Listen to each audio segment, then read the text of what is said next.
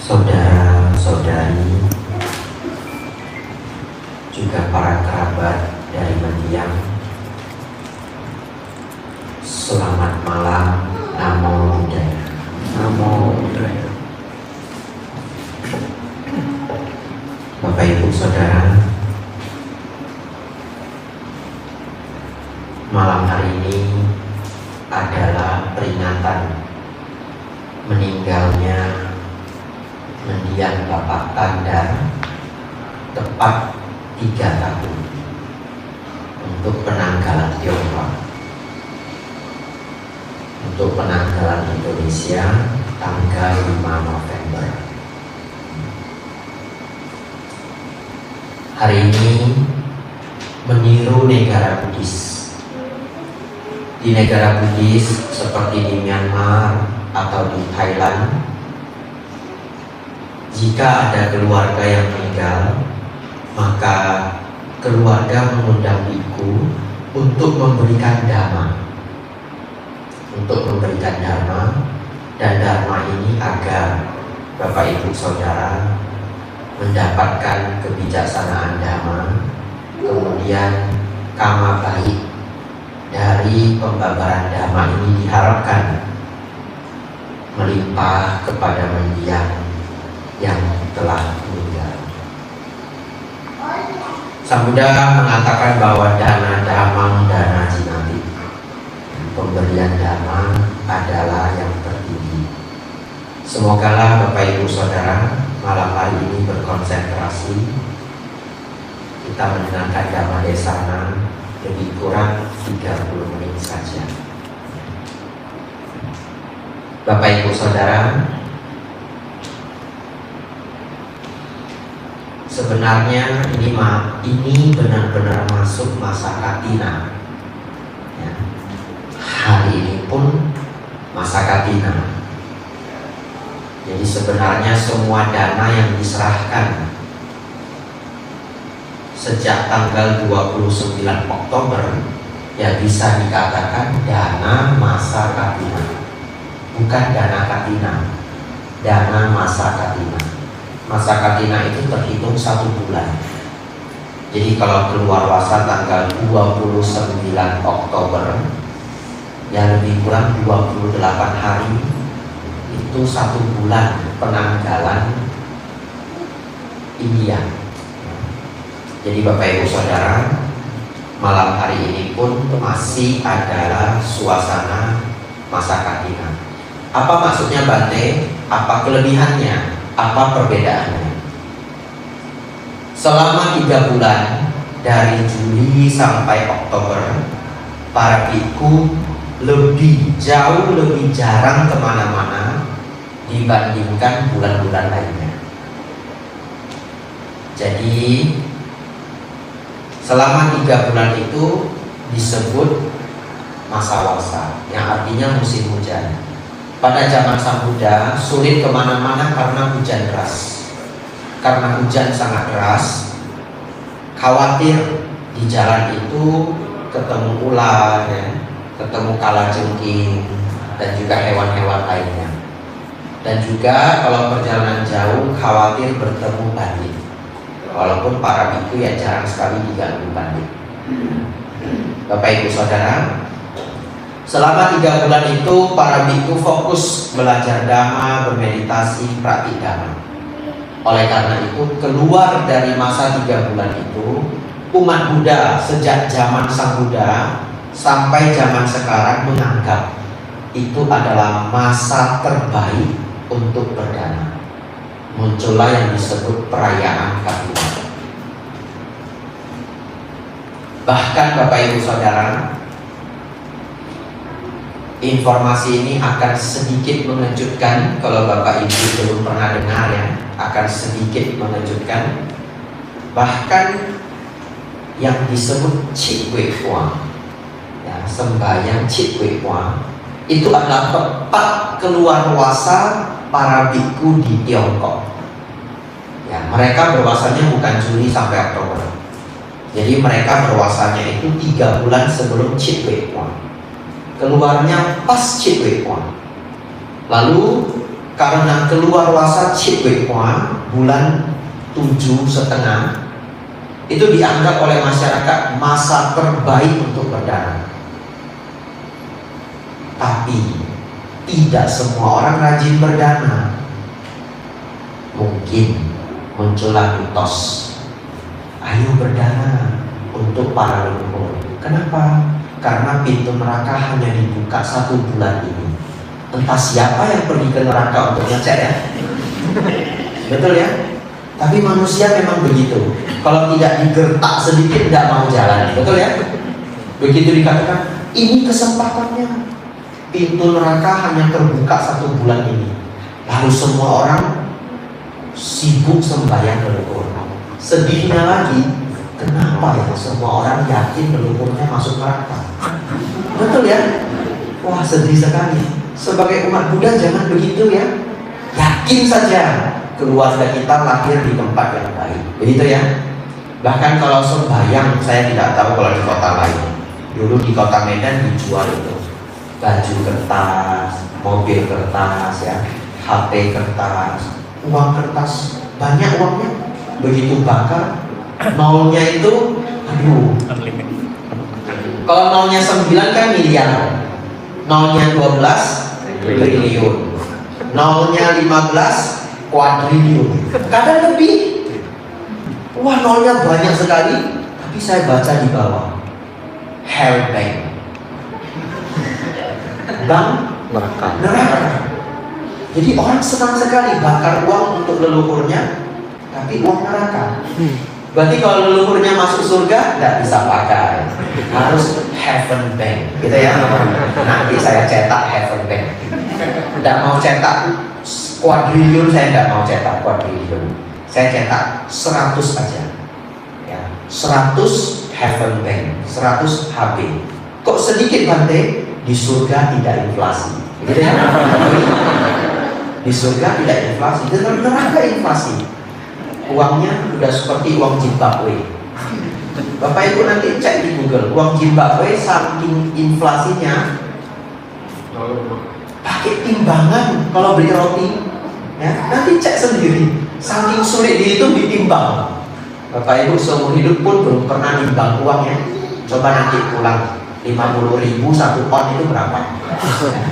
Jadi lain kali kalau terburu-buru timbang aja.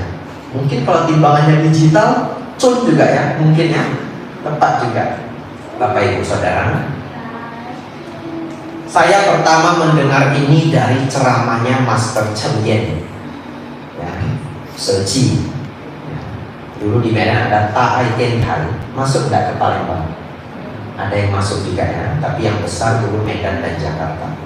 Saya dengar ceramah Master Cheng Yen, beliau mengatakan Cheng Beng itu sebenarnya adalah keluarwasa para biksu di Tiongkok. Saya terkejut sekali. Itu artinya perayaan Cheng Beng itu adalah katina, betul ya? Hanya berdananya tidak juga, berdananya ke leluhur. Lalu saya mau cari literatur. Kalau literatur Buddhis yang bagus-bagus itu harus keluaran universitas besar, Oxford University, Hawaii University. Ini yang sering memproduksi buku-buku Buddhis, ya, atau publisher yang hebat-hebat, Springer, ya, Routledge. Mereka mengeluarkan buku-buku, misalkan The History of Mahayana Buddhism, The History of Chinese Buddhism. Jadi kalau kita mau cek harus buku seperti itu, dan sangat akurat. Karena orang Barat itu memang luar biasa. Kepengen tahu di Diponegoro, ada profesornya datang ke Indonesia belajar Pangeran Diponegoro 40 tahun. Ini beneran. Saya ketemu profesornya di Pusdiklat Jakarta. Nah, jadi mereka kalau sudah mau belajar sesuatu, detailnya minta ampun. Saya mau cek di buku-buku bagus, tapi rasanya terlalu sulit, wasting time. Saya mikir, apa shortcutnya ya? Jalan pintasnya apa? Coba. Pas makan siang, saya tanya saja Bante Panyawaro. Betul ya? Nggak usah cari-cari buku. Cari di Google juga ada, nggak ketemu. Saya tanya Bante Panya, pas makan siang. Selesai makan, saya tanya, Biasanya kalau saya tanya sesuatu selesai makan, ya. Kalau belum makan lapar. Orang dikasih makan dulu, dibiarkan makan dulu ya. Itu kebiasaan saya dulu jualan. Kalau saya mau jualan, jangan datang itu jam orang lapar. Datang itu jam 1. Orang sudah dengar, ditawari apa aja beli kan. Tapi ini enggak begitu. Ini bertanya ke guru, ke Bante Panyawaran. Selesai makan siang, saya tanya beliau, Bante, izin bertanya Bante. Ya silakan. Saya mendengar dari ceramahnya. Saya tidak bilang mendengar dari siapa. Saya mendengar Bante bahwa perayaan Chitwe Pua itu sesungguhnya adalah keluarwasannya para biku di Tiongkok. Benar tidak Bante? Terus beliau berpikir sebentar, mungkin 6 detik ya. Benar, sah, gitu ya. Nggak usah cari buku lagi. Kata beliau benar, benar. Saya baru tahu. Oleh karena itu Bapak Ibu Saudara, ini juga adalah masa katina. Ya. Semoga kebajikan yang dilakukan menjadi kebajikan yang besar.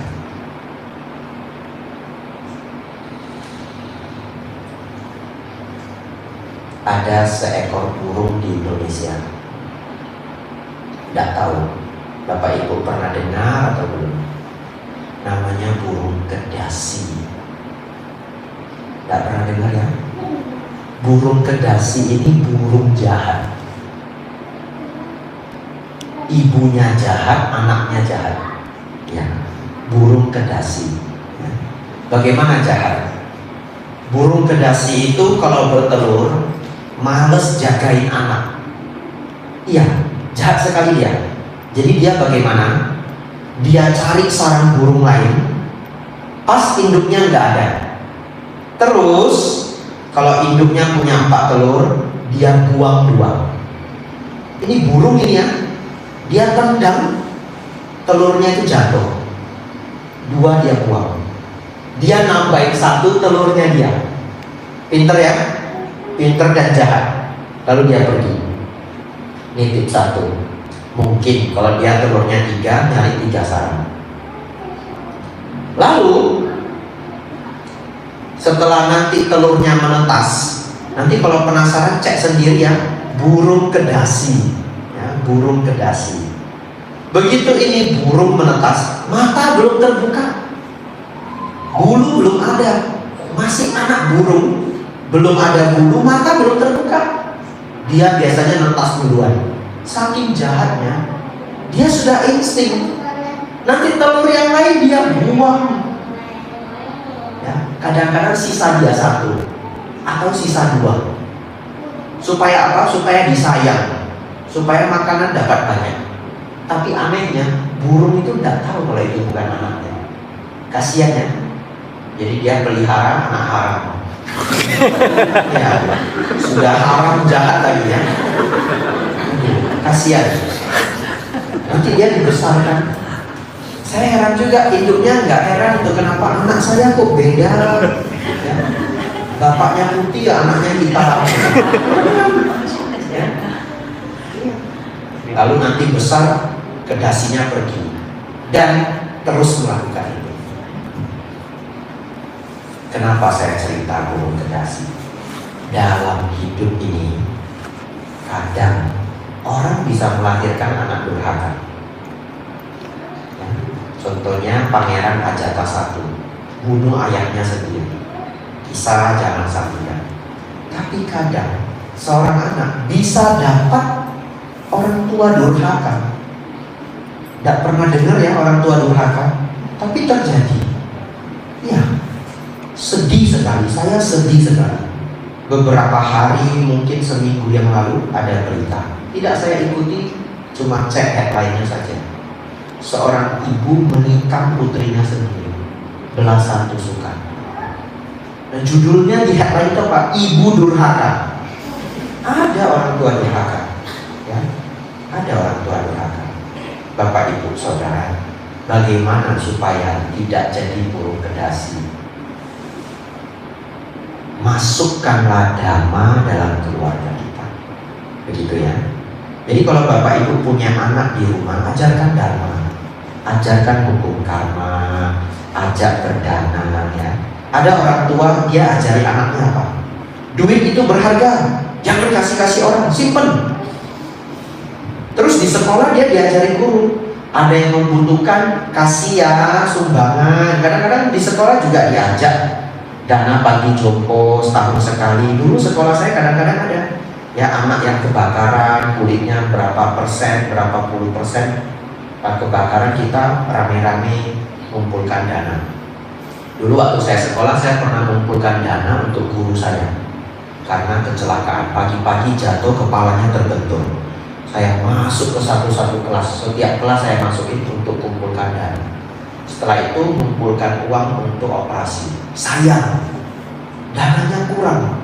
Kami sudah sedih sekali.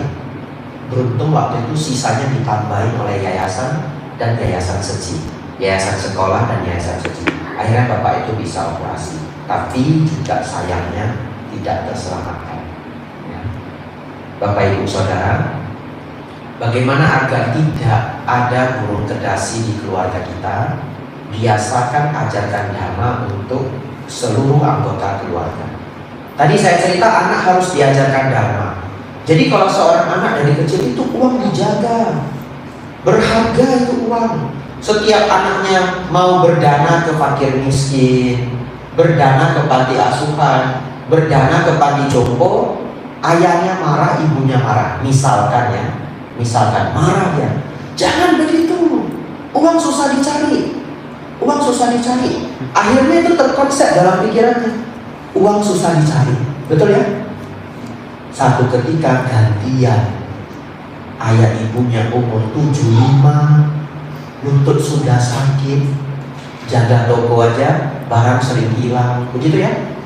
Ya, catat sesuatu sudah bersalahan, akhirnya menyerah, tidak bisa kerja lagi, mengharapkan anak.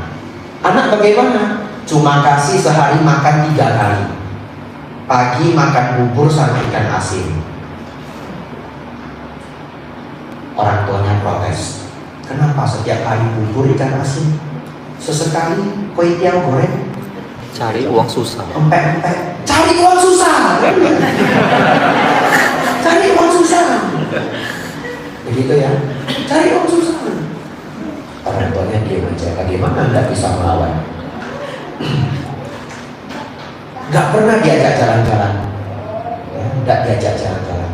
Kamu kapan ajak saya jalan-jalan? Itu anak muda itu healing kata mama. Itu jalan ke depan, balik ke belakang. Balik ke belakang.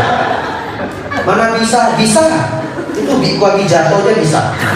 Begitu ya. Tinggal dipelihara 1 bulan, 2 bulan, 3 bulan dan jalan dari depan ke belakang, belakang ke depan. Bisa. Itu loh temannya mama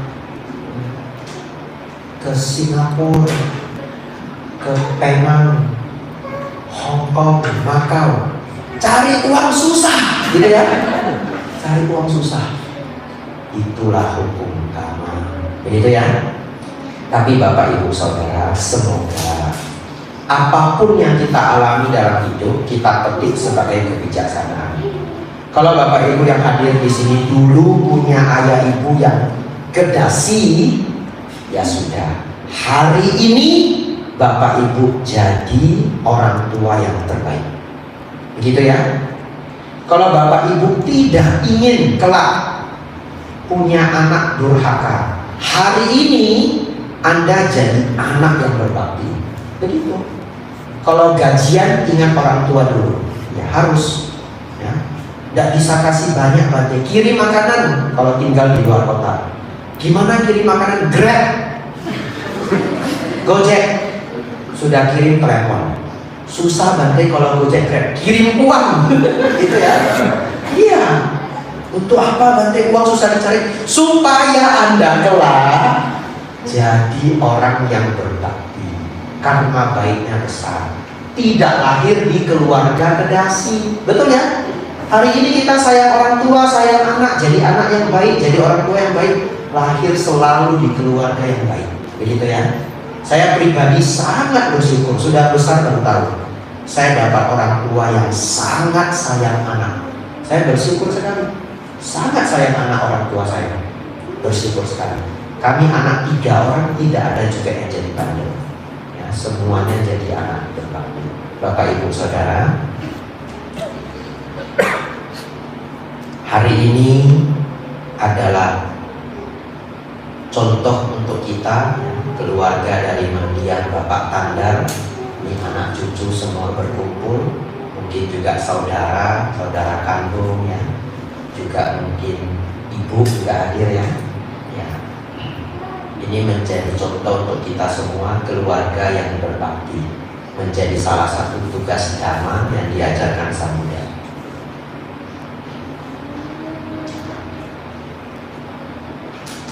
5 menit terakhir, 10 menit ya. Semoga sempat ya.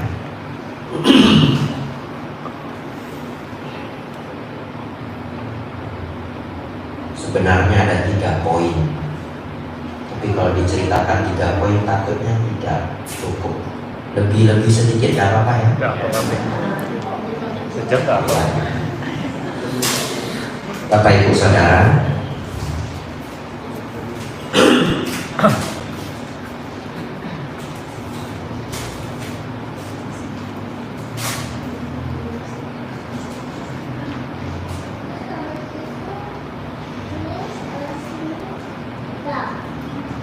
kita sudah belajar meniru cerita burung kedasi, cerita Katinang, cerita Masawasa. Setelah ini 3 hal semuanya adalah dhamma. Bapak Ibu konsentrasi. Dan ada satu ajaran yang cukup mendalam ya. Karena sangat baik kalau ada dharma yang dibawa pulang. Dulu putri Raja Thailand pernah main-main ke Indonesia. Kalau kita belajar sejarah Thailand, semua orang Thailand pasti tahu Bandung, kota Bandung. Karena dulu adalah salah satu pangeran mereka. Ketika perselisihan keluarga, dia kabur ke Bandung, takut dibunuh, kabur ke Bandung. Kenapa kabur ke Bandung, Bade? Karena Indonesia dari dulu tidak banyak asosiasi dengan kerajaan Thailand. Kalau dia kabur ke Laos, ke Kamboja, ke Burma, bisa ketangkap karena sangat dekat antara satu pemerintah dan pemerintahan lain. Kabur ke Indonesia, mereka tidak ada koneksi dan tinggal lama di kota Bandung, kalau tidak salah sampai meninggal. Salah satu pangeran Thailand. Yang kedua, semua orang Thai ingat bunga yang dibawa dari Indonesia. Ya. Satu ketika ada seorang putri raja jalan-jalan ke Indonesia. Tidak tahu dia lihat dari kebun yang mana, tidak tahu. Ya, mungkin kebun raya Bogor, mungkin kebun raya di Bali, tidak tahu. Atau di istana kerajaan, tidak tahu. Tapi dia lihat ada bunga cantik sekali warna ungu, cantik sekali bunganya. Dia minta, saya minta bunga ini ya, mau saya tanam di Thailand. Ya boleh. Kadang-kadang tamu kerajaan itu tamu negara datang ke Indonesia minta tanaman. Sampai hari ini begitu. Kemarin ada rapat besar, saya lupa konferensi apa, pulangnya semua bawa bakau. Iya, jadi tamu negara dikasih bakau. Bapak Ibu Saudara, bunga ini dia bawa pulang, dia tanam di istana kerajaan. Satu ketika banjir, Thailand juga sering banjir, bunganya hanyut, lalu bunganya berlipat ganda. Hari ini ada di seluruh Thailand, terutama Bangkok, namanya eceng gondok. Namanya eceng gondok. Di Indonesia saja kita udah bener aja udah gondok ya. Itu udah dikasih nama eceng gondok ya. Nampak aja gondok.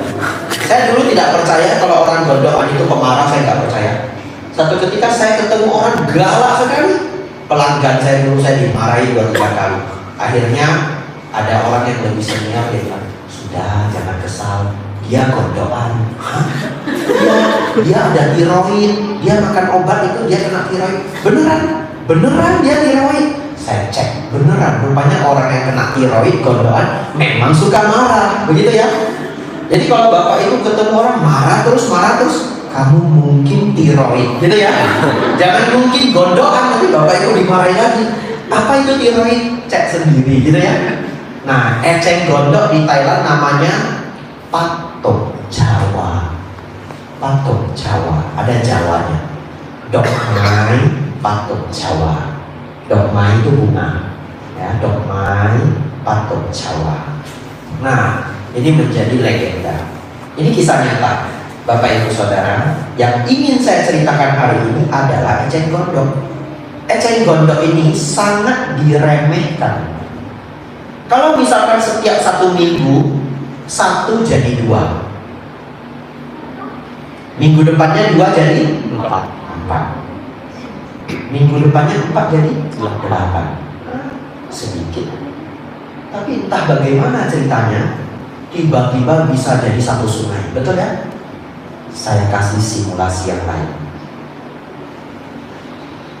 Biasanya simulasi ini saya bawa untuk anak sekolah minggu, tapi hari ini untuk orang dewasa juga baik ya.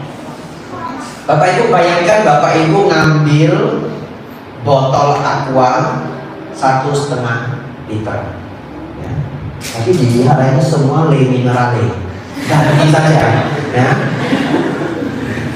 Bapak Ibu cari botol 1,5 liter le minerale, ada ya 1,5 liter? Ada ya. Ambil botol air mineral 1,5 liter, anggap saja, ya.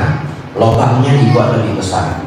Setiap hari masukkan koin, masuk tiap hari, bukan, maaf, masukkan 1 biji koin ke dalam botol itu, dan koin ini koin ajaib. Besok jadi 2, besoknya jadi 4, besoknya jadi 8, besoknya jadi 16, 32, 64, 128. Lanjutnya hitung sendiri. Andaikan kalau hari ke-30 botol itu penuh.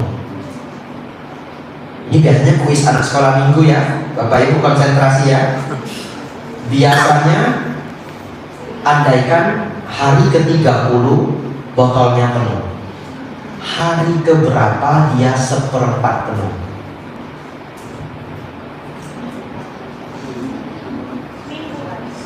Seminggu boleh.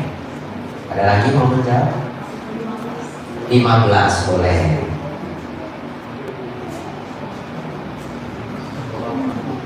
Hari ke berapa? Tidak kedengaran? Hari ke-28 boleh. Tampung dulu ya.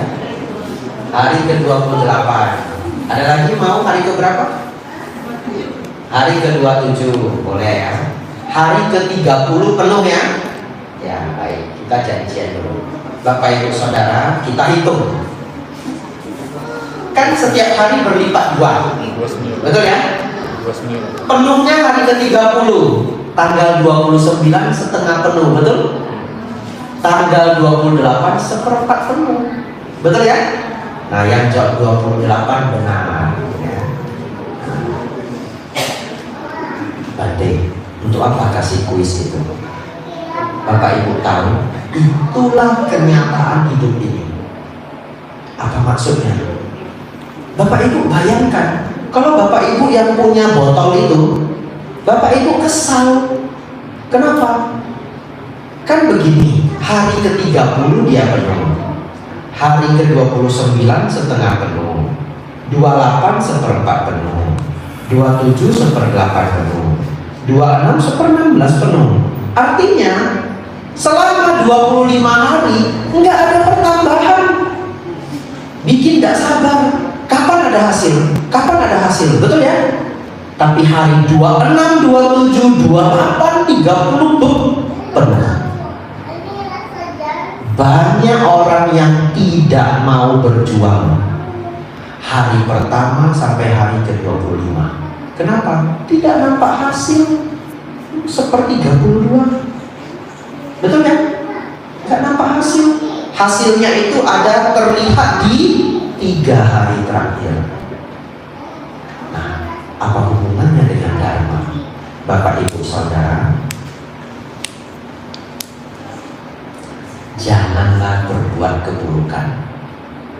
Keburukan itu sedikit, sedikit, sedikit, sedikit, sedikit, tidak terasa. Setelah 4 tahun hancur semua. Namanya apa? Eceng gondok. Pemarah, mabuk, judi, serakah, egois, gak mikirin orang, tapi dia saat ini hebat, sukses, berjaya, begitu ya. Tapi setiap hari yang dia tambah keburukan, keburukan, keburukan, keburukan, tidak terlihat, dia akan hancur, tidak terlihat. Satu ketika setelah 12 tahun, setelah 15 tahun, ambruk semua, harta hilang, keluarga tidak ada yang mengakui, tidak ada yang mau bantu, istri atau suami hilang, anak dibawa sendiri, teman gak ada, hancur semua, semua hancur. Tinggal siapa? Biku Amijaku. Iya, karena orangnya datang ke saya. Bante, saya, dunia ini tidak adil. Istri saya pergi bawa anak saya. Saya saat ini bangkrut. Saya pulang ke keluarga saya, tidak ada yang mau terima saya. Ini kisah nyata. Saya terima sendiri orangnya sebelum saya ke Thailand. Orang Jogja, bukan Buddhis, beneran. Datang ke saya malam-malam, saya tidak kenal dia. Hari ini namanya saya lupa, dulu namanya saya ingat. Seniman sangat terkenal, pernah dapat International Award. Beneran, sayang saya sudah lupa namanya. Tapi kalau saya ingat pun tidak saya kasih tahu. Iya toh, hidupnya orang, betul ya. Tapi ambruk semua. Saya kasih buku acara, beneran, hidup senang mati tenang. Karena dia bilang ke saya sudah mau bunuh diri. Dan buku hidup senang mati tenang itu pokok dasar agama Buddha, bukan mau nyindir dia ya. Anda mau bunuh diri, nah mati tenang, bukan ya. Lalu saya cari buku Superpower Mindfulness, kasih 2 buku, semoga dia mau baca. Saya tidak menyangka juga dia baca. Ya, jadi seminggu dia datang 2 kali kalau saya tidak salah, meditasi bersama di Wihara Duduk di belakang. Bapak Ibu Saudara, jangan pelihara eceng gondok. Terus pelihara apa baik Bante? Koin aja. Ya. Kurangi marah. Dulu seminggu marah 3 kali, nanti jadi 2. Ya. Setelah 1-2 bulan jadi 1. Setelah 2 bulan lagi setengah. Ya iya toh. Bante gimana marah setengah? Ya dulu marahnya banyak, sekarang kurang, gitu ya. Dulu kalau marah ngambeknya 3 hari, gak masak, gak ngomong 3 hari. Atau kalau yang suami gak pulang rumah, pulangnya malam-malam dah pokoknya 3 hari. Nah sejak belajar Dhamma kurangi dah 2 hari, gitu ya. Ya nanti sudah agak lama 1 hari. Kamu dulu ngambek kan 3 hari, kenapa sekarang 1 hari? Sudah mendengarkan Dhamma, gitu ya.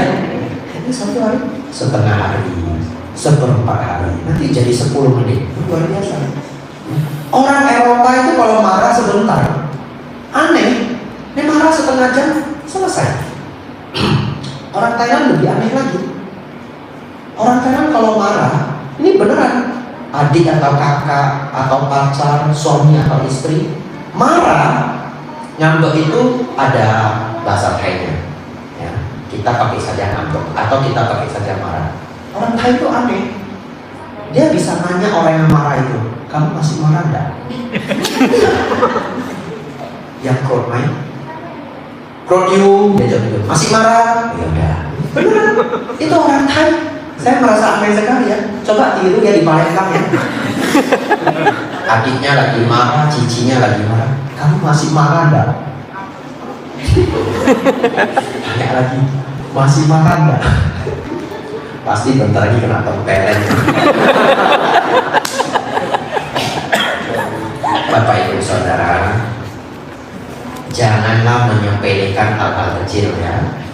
Yang namanya memperbaiki diri itu sedikit. Hasilnya menjadi sangat besar.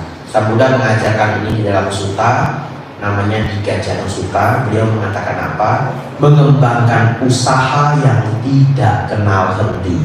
Ya, mengembangkan usaha yang tidak kenal henti. Lalu beliau menambahkan, mengubah yang tidak sesuai menjadi sesuai. Dua ini bahasa kerennya apa? Usaha yang tidak kenal henti itu effort, ya, effort, punya usaha, punya kerajinan, konsistensi, ya, persisten, ya. Mengubah yang tidak sesuai menjadi sesuai, manajemen. Manage itu kan mengubah yang tidak sesuai jadi sesuai. Ya, kalau pakai bahasa kuno rasanya tidak pas, tidak nyantol ya. Mengubah yang tidak sesuai menjadi sesuai. Padahal kalau diubah jadi bahasa sekarang, manajemen. Orang yang tidak punya manajemen ya kelabakan, betul ya? Dulu saya di bidang farmasi.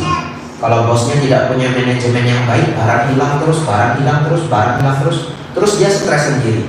Aduh, usaha kopi ini susah, obat kecil-kecil nggak dijaga sedikit hilang. Tapi pertanyaan saya, ada franchise sebesar K24? Tidak ada yang hilang. Kenapa? Kalau hilang, karyawan bayar bagi rata. Itu namanya sistem manajemen. Ya, dua pelajaran terakhir saya gabung saja karena waktu kita sudah larut ya, ceramahnya sudah panjang. Dalam bahasa Sanskerta, dulu kalau kita belajar di buku agama Buddha, kotoran batin itu 4. Dalam Theravada 3. Dalam bahasa Sanskerta 4. Dosa, loba, moha, irsia. Masih ada yang ingat ya? Ya, ada yang sudah nggak ingat, ada yang nggak pernah dengar. Irsia. Dulu buku SD itu ada irsia. Ya. Tapi dalam Theravada kok dosa, loba, moha, irsia kenapa nggak dibahas? Hari ini saya ingin bahas irsia. Irsia artinya iri hati, ya. Saya ingin ajak Bapak Ibu Saudara yang hadir malam hari ini, buang jauh-jauh yang namanya iri hati. Iri hati itu tidak logis secara dharma. Saya ulangi, iri hati itu tidak logis secara dharma. Kenapa? Karena kalau kita paham hukum Kamawipaka, setiap orang itu menjalani buah karmanya sendiri-sendiri. Betul ya? Bagaimana kita mau iri hati? Kemarin saya cerita, kalau Rudi Hartono bisa jadi champion. Dari SD, setiap pukul 4 pagi dia dibangunin ayahnya untuk lari 1 jam. 4 SD. Saya umur 4 SD, orang tua saya bangunin saya 1 jam. Ya, Rudi Hartono sudah lari jam 4 pagi dia bangun. Saya bangunnya jam 6. Setiap hari telat ke sekolah saya. Ditanya guru, kenapa telat? Macet bu. Macet, kamu itu telat bangun. Iya. Jalan kodok, gitu ya. Makanya saya kuat sekarang. Jadi Bapak Ibu Saudara, bagaimana kita mau iri kalau kita ngerti dharma? Setiap orang menjalani buah karmanya masing-masing. Betul ya? Dia enak sekali dia. Kalau ujian nilainya selalu bagus, hidup tidak adil. Nah kamu belajar, betul ya? Dia setiap kalau ujian Senin, Jumat, Sabtu, Minggu dia di rumah belajar. Sedangkan yang satu ini Jumat main-main sama kawan, Sabtu pesta-pesta sama kawan, Minggu nggak sempat lagi. Gimana ini? Besok ujian, kita sembahyang saja di kelenteng. Minta sama Kuan Kong, minta sama Dewi Kuan Yin, minta sama Sang Buddha. Oh Buddha, semoga besok ujian saya dapat nilai bagus. Sang Buddha penuh dengan meta. Doa saya akan terkabul. Lalu dia ingat, oh sapi sata bawa. Semoga semua makhluk hidup berbahagia, terutama saya. Sembahyang dia. Besok ujian nilainya 20. Lalu dia katakan apa? Buddha tidak sayang dengan saya. Anda tidak belajar. Anda menuntut nilai 100. Dan kadang-kadang di sekolah, anak yang paling pintar itu dibenci sama teman-temannya. Kadang-kadang begitu. Saya sih tidak pernah mengalami, tapi saya dengar ya sekolah lain, dia juara terus, tidak ada yang mau menemani.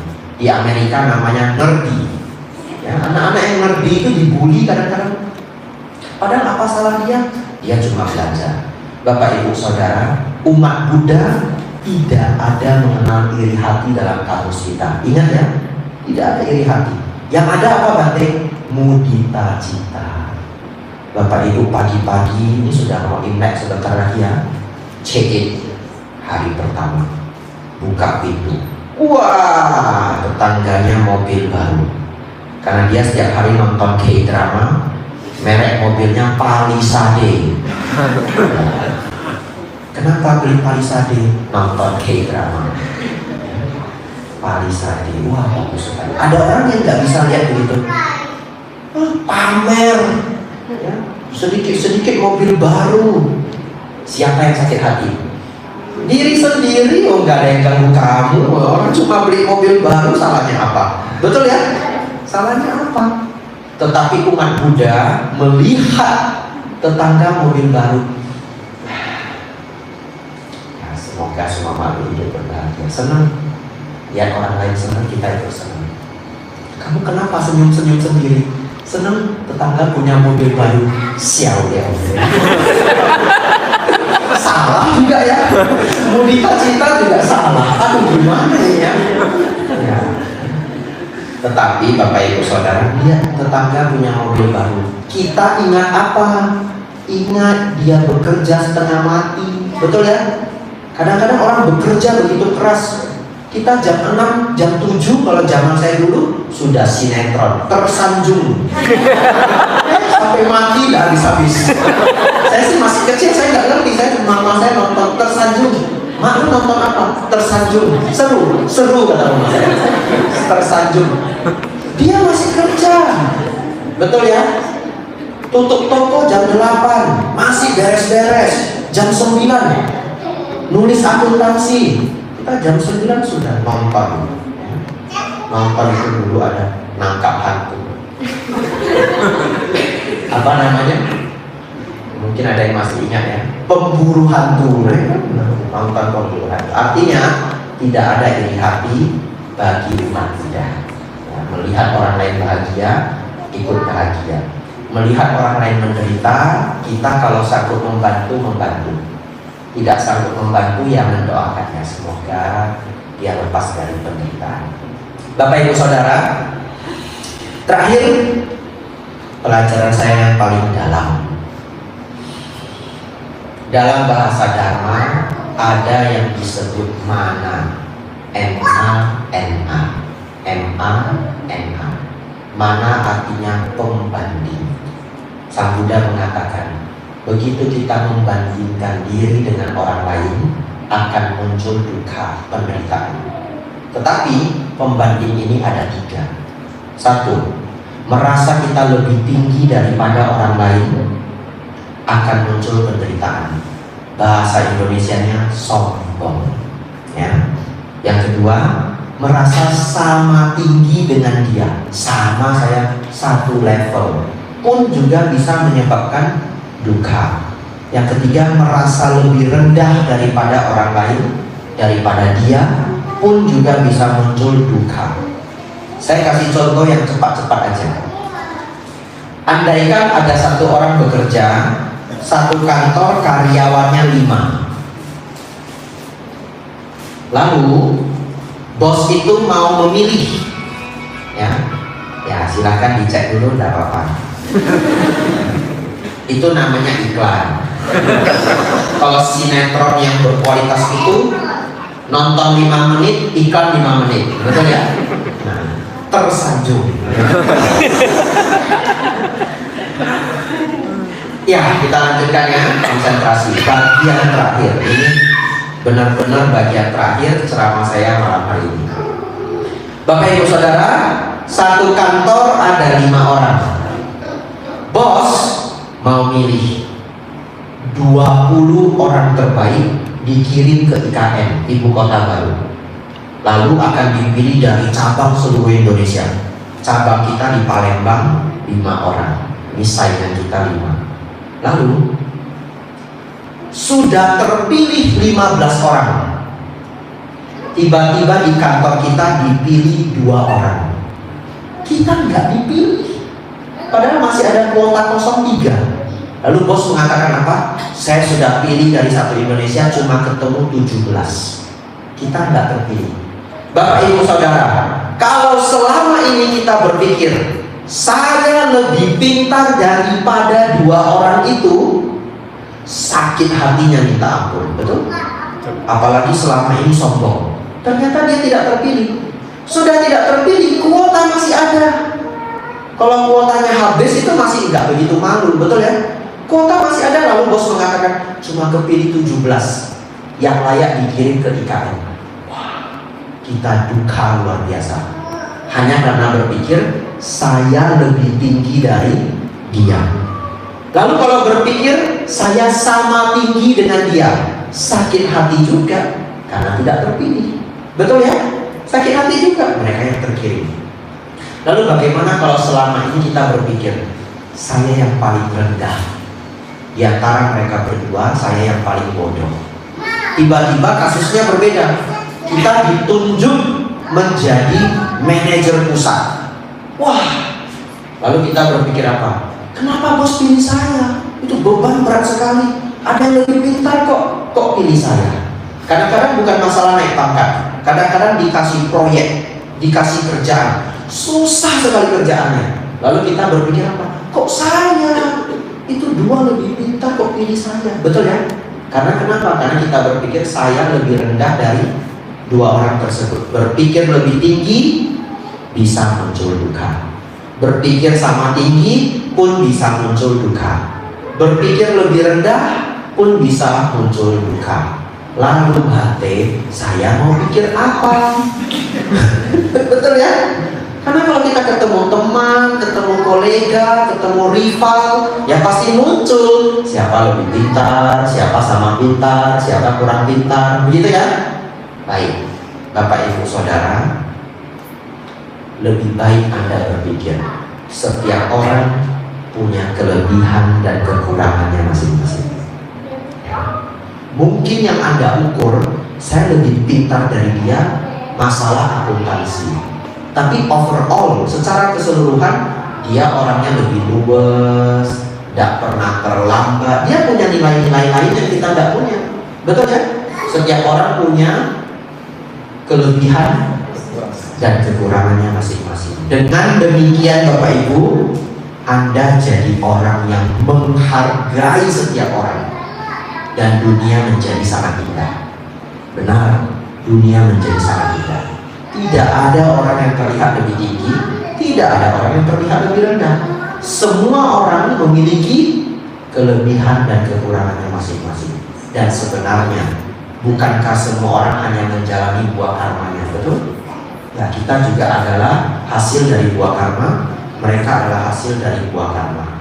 Jadi Bapak Ibu belajarlah hal demikian, hidup akan menjadi sangat baik. 8 topik hari ini Bapak Ibu. Waduh, 50 menit ya. Tadi janjinya 30 menit ya. Molor saya. Tapi kok Bante lanjutkan? Karena saya lihat Bapak Ibu semangat sekali ya. Kalau Bapak Ibu sudah loyo, saya tutup biasanya. Jadi saya mempersiapkan bahan itu tidak harus habis. Melihat pendengar. Saya pernah mengajar di satu wihara, saya juga heran. Tidak ada yang niat belajar. Jadi saya ceramah di sini, situ ngobrol, sini main HP, situ main HP. Lalu saya sudah kasih warning gitu. Ayo Bapak Ibu Saudara semangat, belajar Dharma itu tidak setiap hari. Begitu ya? Tidak digubris juga. Sedih sekali saya ya. Apa yang terjadi nanti? Buah karma buruk mungkin berbuah. Kan gitu ya? Tidak apa-apa. Tapi apa yang terjadi? 25 menit ya saya tutup. Sabi sana bahwa bersucikan. Jadi tergantung yang mendengar. Kadang-kadang ditarik-tarik sampai 1,5 jam. Umatnya masih belum mau habis. Lanjut Bante, lanjut. Habis ya, habis lanjut apa ya? Ya bisa lanjut tanya jawab. Bapak Ibu Saudara, semoga dhamma yang kita pelajari malam hari ini membawa kebijaksanaan untuk Bapak Ibu semuanya, dan semoga upacara peringatan Patidana pada malam hari ini untuk undian Bapak Tandar membawa kebahagiaan besar bagi beliau. Saya sungguh yakin apabila beliau hadir di sini, beliau akan sangat bahagia melihat semua keluarga, saudara dan kerabat begitu peduli memberikan penghormatan yang besar dan juga pelimpahan jasa, dan semua dari kita penuh semangat mempelajari dhamma. Semoga mendiang Bapak Tandar Utarya Sukma terlahir di alam bahagia, terlahir di alam surga, bertemu dengan dhamma sejati, mempraktikkan dhamma dengan giat hingga mencapai kebahagiaan tertinggi, pencapaian nibbana. Sabbe satta bhavantu sukhitata. Semoga semua makhluk hidup berbahagia. Sadhu, sadhu.